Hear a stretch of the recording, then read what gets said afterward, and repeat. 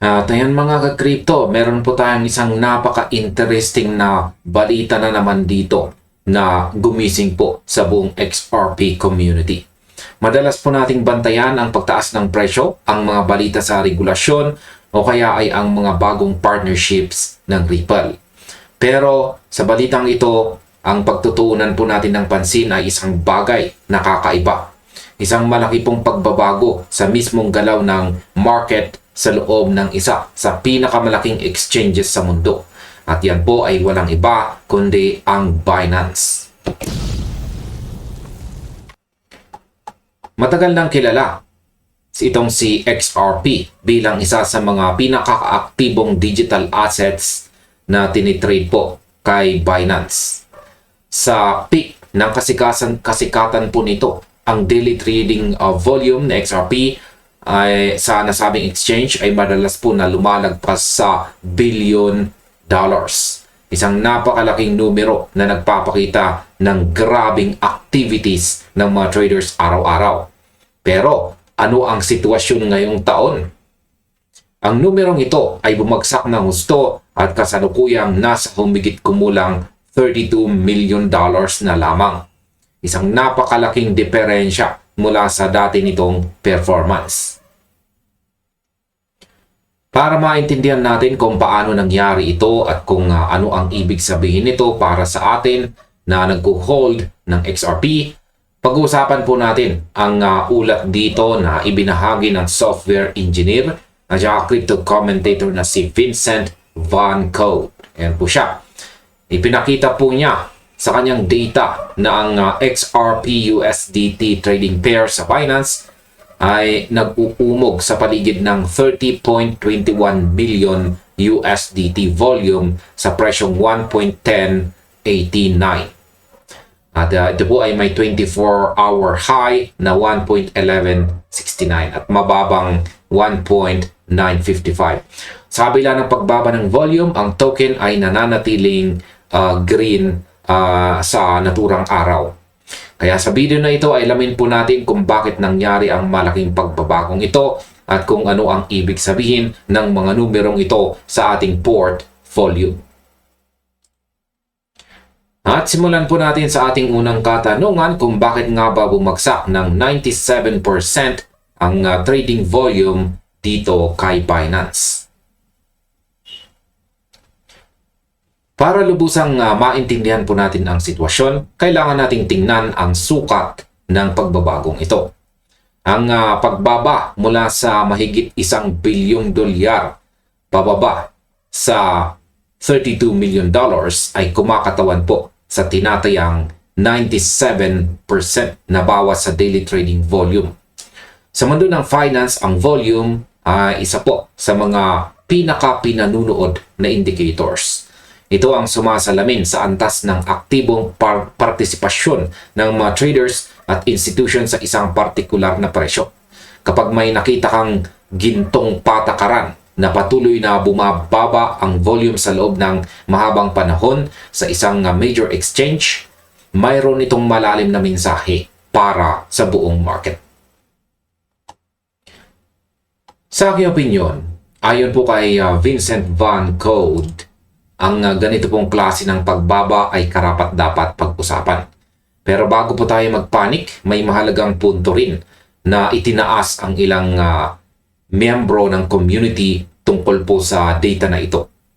May nagtanong kung ang data ba na ikinukumpara ay naglalaman ng spot volume laban sa futures volume.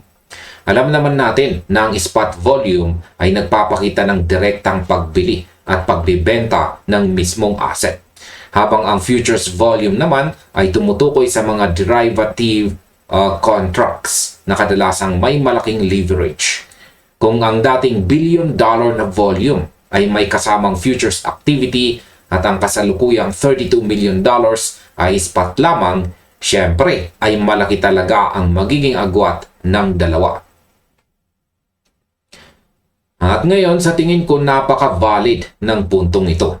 Minsan ang mga headline ay nagpapakita po ng matinding contrast para makaakit ng pansin. Pero kapag hinimay mo ang structure ng data, may mga technicalities na dapat unawain.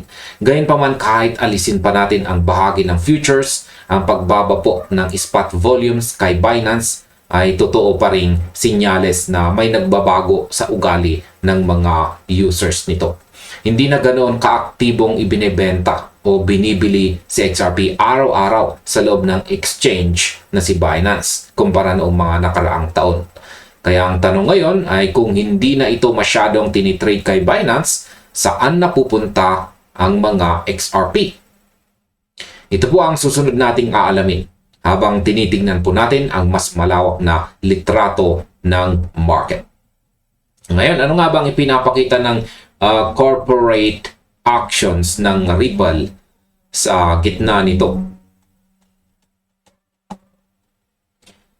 Yan, sa patuloy na pagsusuri po natin sa pahayag ni Van Code, binigyang diin niya ang isa pang anggulo na may kaugnayan sa mismong kumpanya sa likod ng ating asset. At yan po ay walang iba kundi ang Ripple. Ayon po sa kanyang naging pahayag, magandang tanungin ang ating sarili, ang board ba at ang mga shareholders ng Ripple ay magpapatuloy ba sa malalaking acquisitions at may mga hakbang na may kaugnayan sa pagpapalawak kay XRP kung naniniwala silang ang project ay papunta sa pagbagsak. Ito po ay isang lohikal na tanong na nagbibigay ng ibang perspective sa mga investors. Ayan, sa aking opinion, may malaking punto ang ganitong klaseng pagtingin sa corporate behavior. Sa negosyo at pinansyal na mundo, ang galaw ng mga taong nasa tuktok, ang mga nagpapatakbo po ng kumpanya, ay madalas na mas malakas na sinyales kaysa sa panandaliang galaw ng presyo sa chart.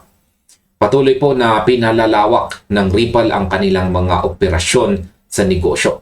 Nakikipag-ugnayan sa mga malalaking institution at patuloy na naglalagay ng pondo sa mga project na may kinalaman sa kanilang ecosystem. Pinapakita nito ang tinatawag nating institutional conviction o matibay na paniniwala sa kinabukasan ng project.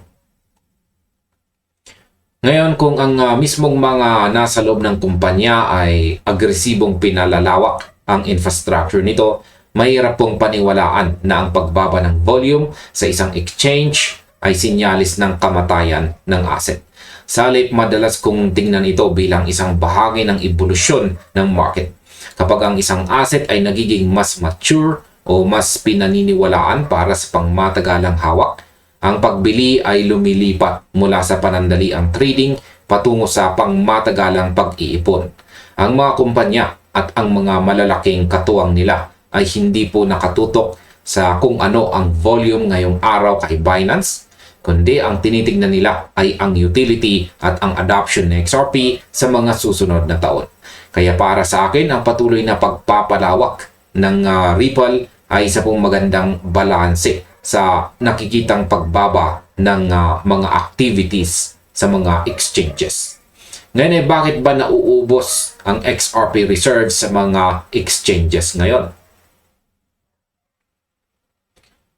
Hindi natin pwedeng pag-usapan ang pagbaba ng volume nang hindi po natin tinitingnan ang isa pang mahalagang piraso ng palaisipan at yan po ay ang supply data.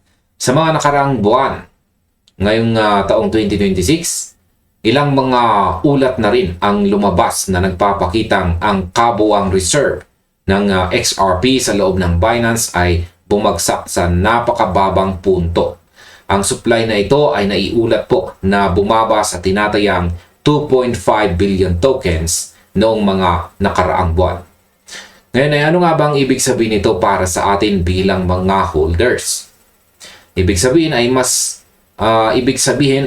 mas kaunting mga tao na ang nagpapadala ng kanilang mga tokens pabalik sa mga exchanges. Ngayon, sa aking opinion, sa halip na ideposito ang kanilang mga XRP sa mga exchanges para madaling ibenta, pinipili po ng mas maraming may-ari na ilipat at itago ang kanilang mga tokens sa mga private wallet. Ito ay isang napakalinaw na gawi na nagpapakita ng sentiment ng community. Ayaw po nilang galawin ang kanilang mga assets. Gusto nilang i-secure ito sa labas ng trading platform. Ang ganitong pattern ang pinakamagandang paliwanag kung bakit bumababa ang trading volume. Kapag mas kaunti ang mga holders na nagpapadala ng tokens sa exchange para i-trade, mas kaunti rin ang activities na mangyayari sa loob ng platform na iyon. Kaya sa madaling salita, ang 97% na pagbaba ng volume ay hindi lang basta simpleng kawalan ng interest mula sa mga tao. Sumasalamin din ito sa pagbaba ng aktibong nagbibenta o ang tinatawag nating sell-side pressure. Kung walang nagpapadala ng tokens sa exchange para i-dump o ibenta agad, syempre ay lilit talaga ang volume dahil walang nangyayaring palitan. Para sa akin, ang ganitong senyales ay nagpapakita na ang supply sa market ay nagiging masikip. Kapag ang mga tokens ay nakalak sa mga private wallet at hindi nakasalang sa mga order books para ibenta, ang available na supply para sa sinumang gustong bumili ay unti-unting nauubos. Ito ay isang mahalagang dynamics na dapat tandaan ng bawat isa sa atin habang sinusubaybayan natin ang galaw ng market ngayong taong ito.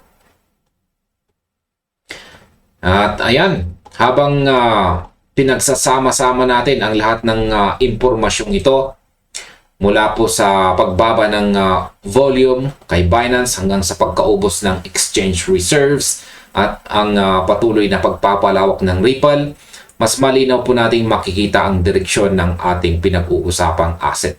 Ang pagbaba ng exchange reserves patungo sa 2.5 billion tokens ay hindi po basta-bastang statistics lamang.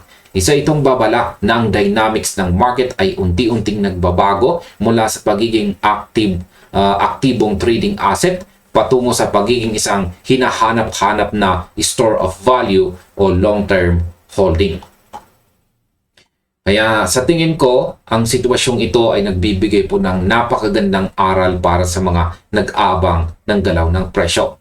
Madalas tayong mabahala kapag nakakita tayo ng mga balitang nagsasabing bumababa ang volume sa mga exchanges. Iniisip agad ng iba na nawawalan na ng gana ang mga tao sa project. Pero kapag sinuri natin ng malalim ang data, nakikita natin ang pagbaba ng volume ay direktang bunga ng pagbaba ng supply na pumapasok sa mga exchanges. Mas pinipili ng mga tao na itago po ang kanilang mga hawak sa ligtas na lugar. Ngayon, kapag ang isang asset ay nagkakaroon ng ganitong klaseng ugali, kung saan ang mga nagmamay-ari ay ayaw itong pakawalan, habang ang kumpanya naman sa likod nito ay patuloy na pinapalawak ang mga negosyo at pakikipagtulungan, nagiging mas sensitibo ang presyo sa anumang pagbabago sa demand. Kung sakaling bumalik o lumaki ang demand sa mga susunod na buwan habang nananatiling kaunti ang supply sa mga exchanges, magiging napakadali para sa presyo na gumalaw pa ay taas dahil walang sapat na nagbebenta para pigilan ito. Kaya naman ang balitang ito mula kay Binance sa kabila ng tila nakababahalang headline tungkol sa 97% volume drop ay maaari ding tingnan bilang isang senyales ng pagkamature ng market ni XRP. At ayan sa kabuuan, ang balita po tungkol dito sa pagbaba ng trading volume ni XRP sa Binance ay nangangailangan ng masusing pagsusuri at hindi dapat husgahan sa unang tingin lamang. Bagamat malaki po ang ibinaba mula sa mga nakaraang taon, kapag isinama natin ito sa konteksto ng pagbaba ng exchange reserves at ang patuloy na pagpapalawak ng operasyon ng Ripple, makikita nating may mas malaking kwento na nagaganap sa likod ng mga numero. Ang paglipat po ng mga tokens patungo sa mga private wallet ay nagpapatunay na ang community ay nakatutok sa pangmatagalang pag-iipon kaysa sa panandaliang pagsusugal sa trading platform. Ang mga datos na ito ay nagbibigay po sa atin ng linaw kung paano nagbabago ang galaw ng market habang patuloy nating binabantayan ang mga susunod na kaganapan sa buong ecosystem ng cryptocurrency. At hanggang dito na lamang po tayo sa video na ito mga ka-crypto. Maraming salamat sa inyong panonood. Maaaring panoorin na rin po ninyo sunod ang recommended video natin dito.